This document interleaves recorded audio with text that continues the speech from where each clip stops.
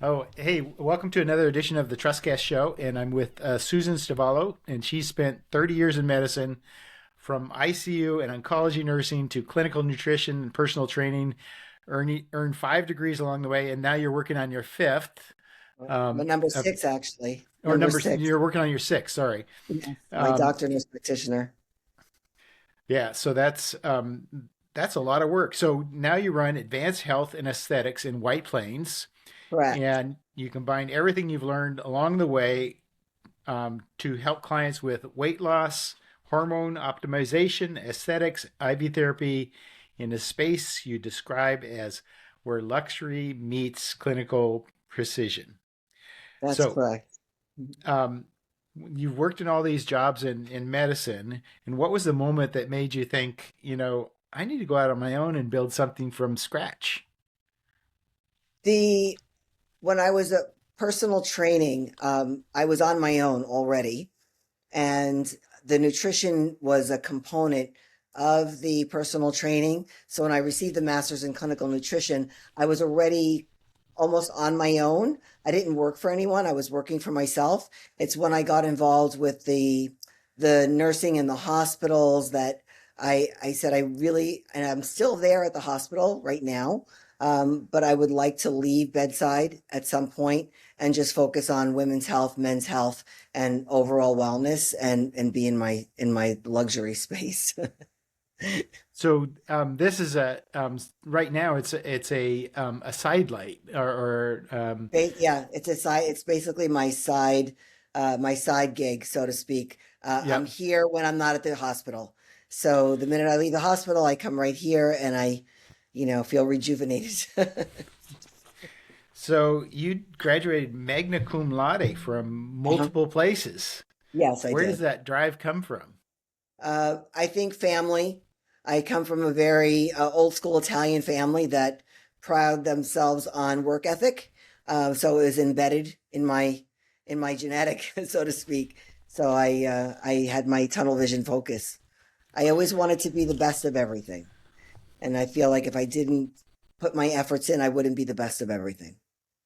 So how did clinical nutrition become part of your toolkit along with acute care nursing? I found that nutrition is a major component of acute health. So if nutrition is not on point and you're not eating for the science of your body, everybody's a different science of their body. And if you're not, you're going to end up with inflammation and cardiovascular disease, and which diabetes happens, and then kidney failure happens from diabetes. I mean, there's a whole domino effect of healthcare that if you just start with the basic of component of nutrition, those other components of acute healthcare may never happen. If they happen, they're a hereditary genetic component, but for the most part, you can really heal yourself with good food. So you describe your approach as medical artistry plus precision touch. What does that Correct. actually look like in practice? In practice, when I meet with a patient, and I'm meeting with them for most of the time, it's nutrition or overall wellness. I sit down with them and I find out what time they wake up in the morning to the time they go to sleep at night, what they do during the course of the day, if they go out, if they're out drinking alcohol, if they what restaurants they frequent. And I'm going to write a very specific nutrition plan of specific foods of what they have to do hourly to make sure that they're staying on track. Once we have that plan in place, there's accountability, and I make my patients check in with me on a daily basis so I can ensure them the success that they want over a 4 week period. And usually on an average, it's anywhere between 8 to 12 pounds of weight loss, but it's a lifestyle change and it's a different component. People just don't look like a smaller version of themselves. They actually look different because their bodies are being fed. And with the aesthetics, there's a lot of people doing the GLP-1s right now, and they're getting what they call Ozempic face. So they're losing body fat in their face, and then their loose skin stagging. So I address those components as well with nutrition. I won't even prescribe a GLP unless somebody's doing nutrition with me. and then I have to address the sagging of the skin with the aesthetics end to make sure that they're rejuvenated, whether I'm doing their plasma or I'm doing Botox or fillers or, along those lines, or skin tightening. I want to bring everything all together so that makes them feel like they've gained 20 years on their life, as opposed to, oh, I'm just aging and I'm just not looking very good. And they want to feel good. So because you have these advanced nursing degrees, that allows you the ability to do prescriptions. Correct. Yeah, Correct. because if you just had if you're just an RN, you obviously can't fill some No. prescriptions, but because you, I'm licensed in 4 states, New York, New Jersey, Connecticut, and Florida. In New York, we have full practice authority. So I can practice on my own. In New Jersey and the other states, you need a medical director above you. But Mhm. because of the bylaws of New York State, I'm able to practice and prescribe and, do my annual well checks with my patients because I also do primary care. But my degree is adult gerontology. So anything from, 18 years old to and up is basically the clients that I see. I do have a couple of 13 and 14-year-old kids that I see for nutrition, but it's more for guidance. They're athletes or their parents don't know kids are fussy with food. So we kind of come up with a plan for them to follow. how do you get so when you're starting out right now, it's how long have you had your new advanced I've health? had my nutrition business I've had for more than 15 years. But the aesthetics practice where I am right now, I opened Hmm. December 3rd. It took me a year to build my space of exactly what I wanted here. And I wouldn't open the door until I knew I could offer everything that I want to offer. I didn't want to piecemeal anything. I really wanted somebody to come in and be like, wow, this is my home away from home. So tell me about it. So tell me. I have this list of questions, and I might Mhm. get to some of them, but Okay. actually, I just want to I want to know about what you're doing, how your practice works, and So I have a lot of marketing going on. I have a lot of my clients that are previous clients are all coming and they're seeing me here in this space. And then my business has always been by word of mouth. I don't think that I've ever advertised a day in my life. Only since I've been in this new aesthetics practice do I have to have a marketing person, but I've hmm. never had to do that before. So it's a new venture for me to be on social media and Facebook ads and so on and so forth. I present my work of before and afters. But I have one machine here that was on Good Day New York 2 weeks ago, and I have the only one of these machines in Westchester in the county, and there's one in Manhattan and there's one in Long Island right now, and we're actually being featured at the Super Bowl this weekend. So it's so that machine itself is I think is going to bring in a lot of marketing for my practice. So it's called Density. It's a radio frequency skin tightening collagen building machine. No downtime, no needles, no pain, which is pretty incredible for the market. But when somebody comes in overall, I do a full assessment on the patient, see what their goals are, whether they need IV hydration or they need skin tightening. I'll write a plan for them, and then we can take one day at a time, and then 1 week at a time. I have them come back in on every couple of weeks. I use a body metrics ultrasound scanner for body fat, so I can determine how much muscle someone is gaining and how much body fat that they're losing. So I can maintain their muscle weight over their nutrition plan if they are doing nutrition with me to keep their metabolisms active. So that's kind of how it works, walking in my door. Once somebody's under my umbrella, they're under my umbrella. So you mean you'd like to get somebody in and address their overall um, Absolutely. I feel like my space is an umbrella for a lot of different services, but if I can address and make somebody whole walking out the door, that's my goal.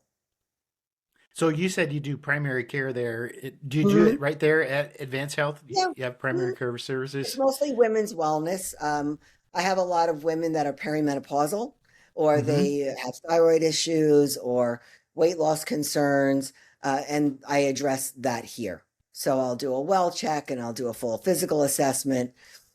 I'll send them for lab work. I want to see what the bloods are, which is one of the beauties of being a nurse practitioner. I can actually prescribe for them to go to Quest or LabCorp so that I can see what's going on, with their blood. It's very Mm-hmm. important. Mm-hmm. And so the GLP-1, is that becoming a bigger part of your practice? Or, well, I guess you've only been. It's a very big part of the practice for those that need it. For those that don't need it, there's a criteria that one has to fit into, whether it's a high blood pressure, comorbidity of obesity, heart issues in the family. There's got to be the 2 or 3 components, metabolic syndrome, insulin resistance. The GLP ones that I'm getting are from the United States. I have 5 compounding pharmacies, and I will prescribe for those that need it. However, if they want the brand, a lot of the insurance companies are not covering right now. Mm-hmm. They are asking patients to get a scale where the scale is actually hooked up to the company. And when you get on that scale, that number goes directly to the insurance company for them to ensure that you're following a plan. Wow. And It's like Big they will Brother. deny your insurance because it's a $2,000 a month medication. So So they'll deny your insurance if you're not following the rules. what do you think about this new thing that I just heard on the news? The government coming out with the ability to get GLP-1s for a lesser amount on a prescription through the government website. Have you looked into that? It's I've just like brand new. And I've looked into that. It's still going to cost anywhere between, on the lowest dose, about $250 a month for the Mhm. lowest dose for 4 weeks. For the highest dose, up to $600 or $700 a month, which a lot of people still can't afford, even though Right. it's less money because Ozempic is $1,300 a month for 4 weeks. And then as the doses go up, then the money actually goes up. The average cost of Zepbound, which is the tirzepatide Mounjaro, is still going to cost $1,900 for 4 weeks for the lowest dose, as a brand prescribed. So if they can cut that price in half and people can afford it, fantastic. But if their insurance companies are not covering it, the compound way is still a better way to go because you still have somebody monitoring. And what happens with the GLP ones, with the actual brands, is that if there's a certain number they dial on the pen, that's the dose. A lot of people are getting sick. They're getting nauseous. They're getting, acid reflux. They're going through some gastrointestinal problems. With compounding, you can microdose to get to that patient to the right dosage and then maintain them there. And it's a lot less money. It really is half the cost of what the brands are the government's actually charging. So what's your honest take on the telehealth companies that are prescribing GLP-1s, and I Oh, know that they're compounded without real I clinical oversight? I'm not happy about it. I'm not happy about it because, the behavior doesn't change. Somebody will lose weight. I'll give you an example. I have a young girl who's weighs 252 pounds, and she needed to be on a GLP-1, but she's not changing the behavior. So the eating is less because of the GLP-1 slowing down the digestive process, reducing the insulin spike for food intake. But if once she comes off of this medication, her weight is going to come back because Hmm. her behavior of what she's eating hasn't changed. She hasn't gotten a healthy plan, so to speak. And that's where I think that is beneficial working with me, is because I want to know what's going on. I want them to do at least 4 weeks of nutrition so I can monitor and then change the behavior so that when they do decide they're done with their medication, so to speak, and they don't need it anymore because they've reached their goal weight, I want them to be able to manage their lifestyle without medication. And before GLP-1s came out, I was doing nutrition consults, and I have thousands of pictures of before and afters that were without medication. And people look completely different, 300 pounds to 140 pounds, or, 170 pounds to 120 pounds of different bodies. because I wanted to make sure that they don't need medication. You don't need medication if you're eating correctly. Well, some people just seem like they have genetic component that just they just can't seem to control their eating, and that's where these GLPs have a. Again, I think it's because the behaviors are not changed. I did a graduate paper on nature versus nurture with eating and the leptin component of appetite control and so on and so forth. And some people do have a genetic predisposition to being a little heavier. It's inevitable. However, I think that with good behaviors, you can control it for the most part. It's a compromise. It's a compromise. So, a lot of people say that the GLP-1s, are a drug for life. How do you address that so that they don't end up being that way? I think that for some people, it is a drug for life. I have a sister. I come from a family of type 1 and type 2 diabetics, big Italian family. And I have a sister that's been on Ozempic, and she's now at the highest dose, but she's on for 2 years. And she's lost 45 pounds, and I'm so proud of her. Did we have to do some work on her face? Absolutely, for the skin loss. However, she's someone that will, if she's off the medication, her sugar will actually go back up. This is actually controlling her metabolic, issue. But for somebody that just wants to lose a little bit of weight and they're going online and they're $99 and they're buying there and they're getting it shipped right to their house and they're dosing themselves, I think that's it's dangerous. I think it's dangerous. What are some of the risk of doing it that way? Mm-hmm. I prefer to do it the right way than the wrong way. But if somebody needs it for life, I agree. Endocrinologists will attest to that their patients their cholesterol is lowered, their heart concerns are much better, their CRP levels for their heart inflammation is much better. So for those people that need to be on GLP-1s for life, I think like people who are on metformin, which is the diabetes drug, that is taking the place of this metformin. Oh, you mean GLP-1s are taking the place of Yeah, metformin? yeah, yeah. I do believe So that. you do men's testosterone therapy, women's HRT. Mhm. What's the most common symptom that brings someone through your door who doesn't Hot realize it's? flashes, hot flashes, hot flashes. Number one, they can't sleep. Um, they're fatigued. They're brain fog, they're gaining weight around the midsection for no reason whatsoever. They're exercising. They're doing their same routine, same eating pattern, and then all of a sudden, whoosh, and they're breaking out into this sweat in the middle of the night, and they don't know what to do, or they're out to dinner, and they're like, oh my God. But that's the number one. With men, it's a little different. Men will start to gain weight around the midsection. They are also fatigued, but the libido for both men and women will actually decrease, and they need to address that. Yeah. So, how do you, for men, sometimes HRT can drive up their Androgens and that, yeah. PSAs. Yes.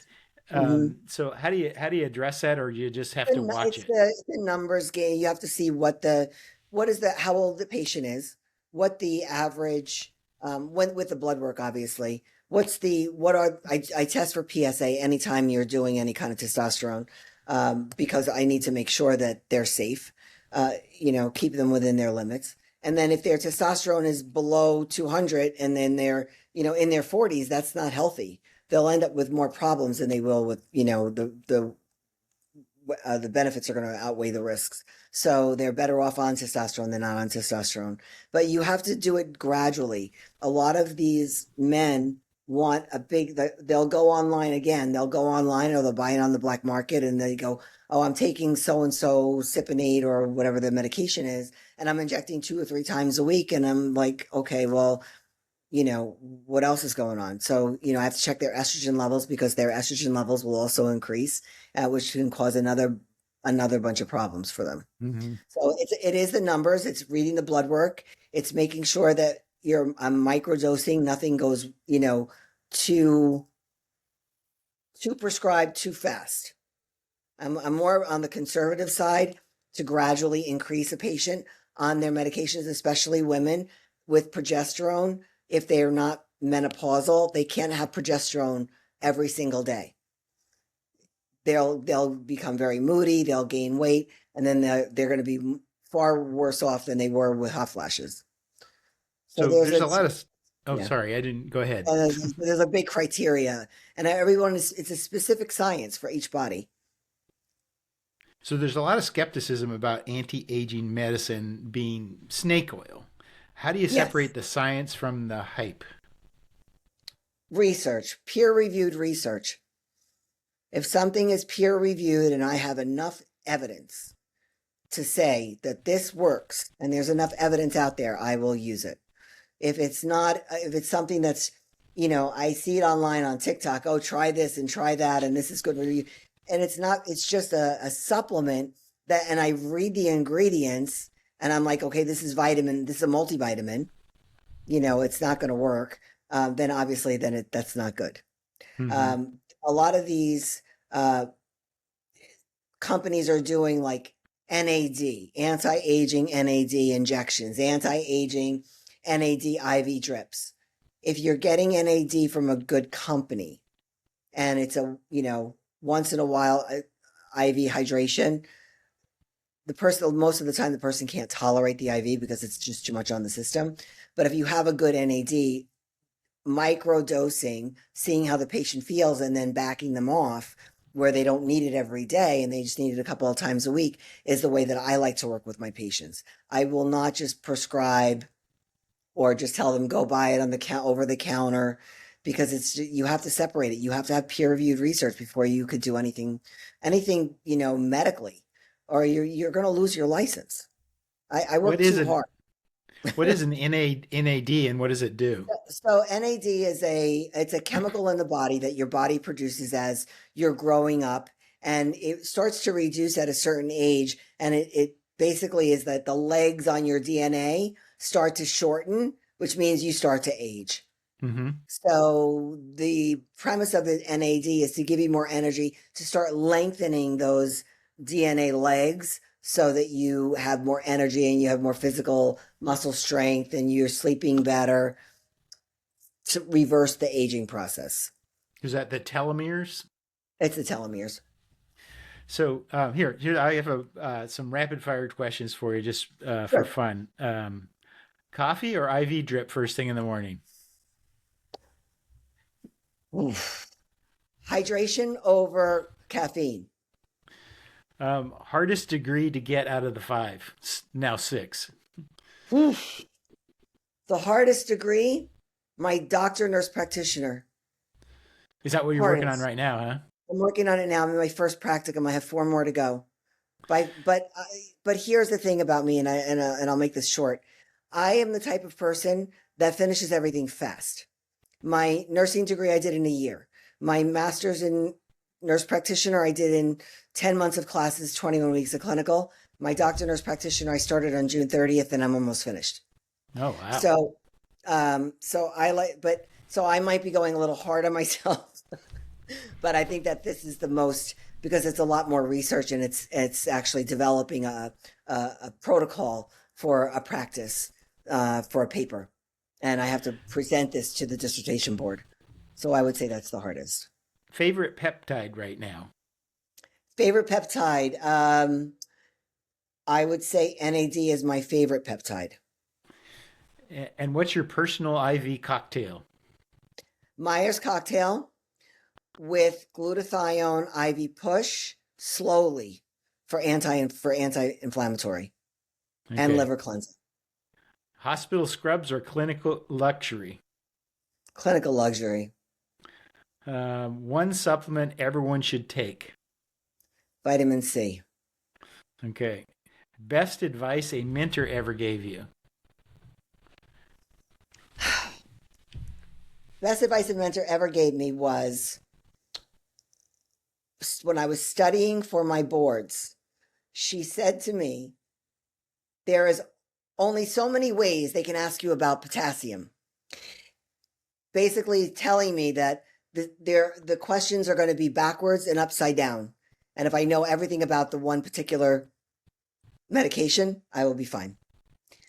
I would say that was the best advice. But she said to me, don't be so hard on myself. I mean, there are a lot of nurses out there that take a long time to get their degrees, and protect it from whatever you can do. Protect your license. And that's what I do. I protect it. So you're in White Plains. I'm in White Plains. And was location part of the strategy, the luxury strategy? I live in White Plains and I work at White Plains Hospital. When I found the space, it was a fluke. I was looking and looking and looking. I found the space next to the Westchester Mall, which is the elite mall of the county. And my building is actually attached. When I built the space, I had a vision. I said, I'm in a good area. There's great parking. I'm next to the mall. There's a lot of traffic, but I built luxury next to luxury. That was my whole idea. Yep. So, you've got another nurse practitioner on your team, Julia Sebastian. Did I get that right? She's no longer with us. She has decided to go off on different tangents. So okay. I have a niece who is finishing her nurse practitioner degree now, and she'll be coming on. She works here part-time as a nurse, doing my, class 1, IVs and certain treatments. But that's who I have here now. How do you balance out your time? So what's your hours now? So I'm here from Saturday, Sunday, Monday. I'm usually at the hospital. So I'm here on Saturdays until 4, and I work from 7 p.m. to 7 a.m. Sundays I'm closed, so that gives me time to sleep during the day. And then Mondays I'm 7 p.m. to 7 a.m. So I come here from 10 to 4 when I'm not working at the hospital, or 10 to 8 o'clock at night when I'm free. So I'm here Tuesday, Friday.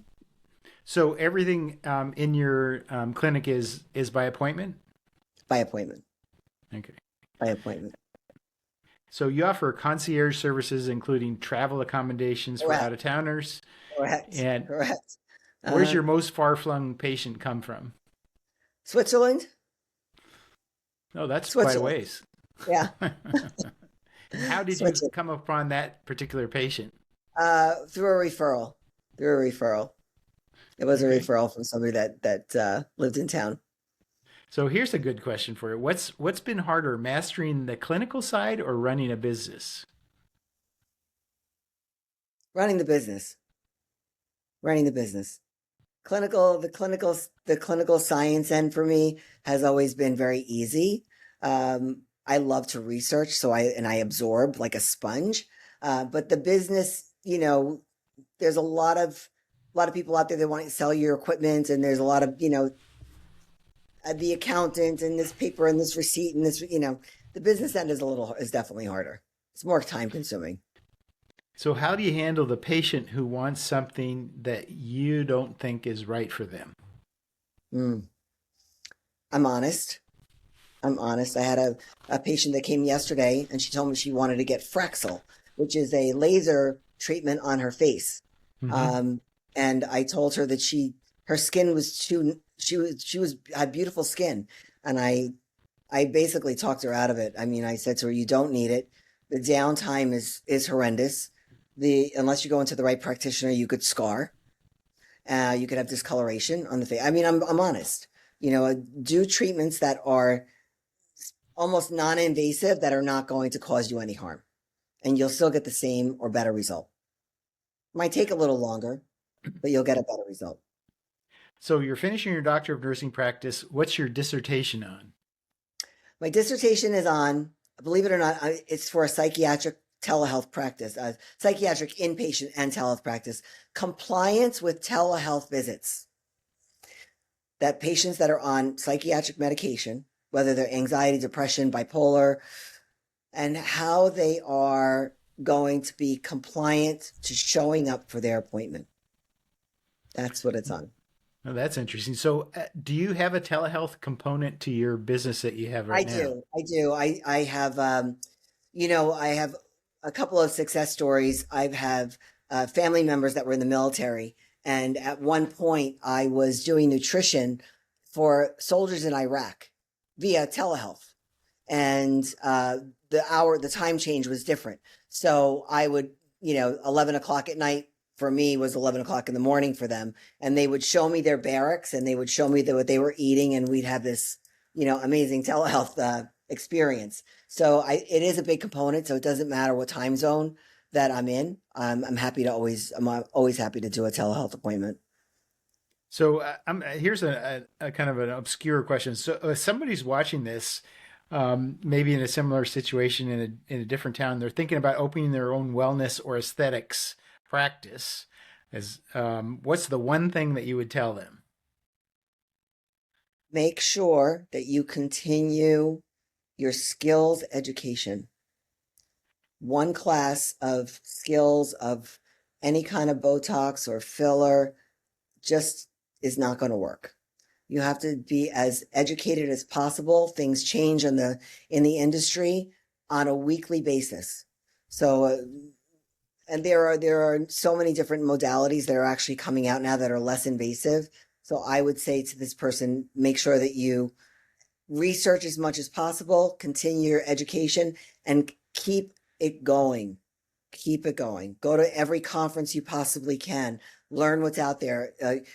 Collaborate with people that are already in the industry. I've always found myself, I want to collaborate with people that know a lot more than I do, because I'm going to learn something. If I learn one thing and walk away with one thing, that's fabulous.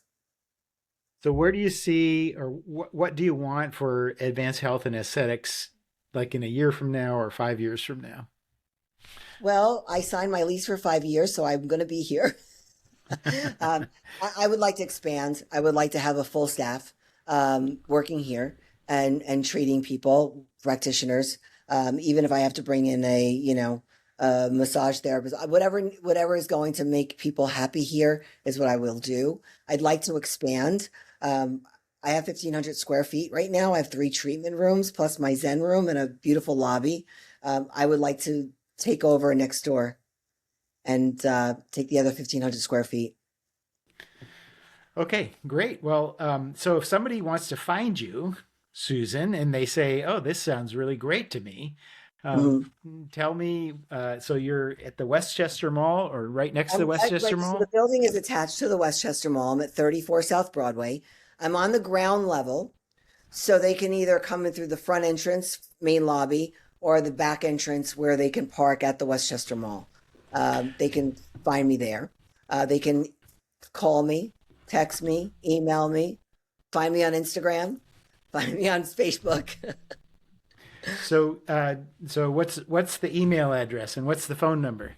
So the phone number at 914-588-7400.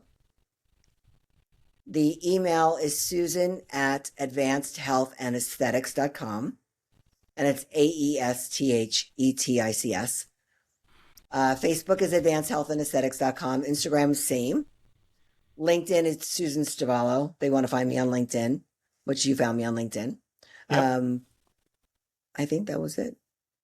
Okay, TikTok great. is same, Advanced Health and Aesthetics. I'm on TikTok also. I forgot about that. Fantastic. So hang on with me for a second. We're going to wind it up right here. Thanks for being on, Susan. Thank you so much. I really appreciate it. Yeah, me too.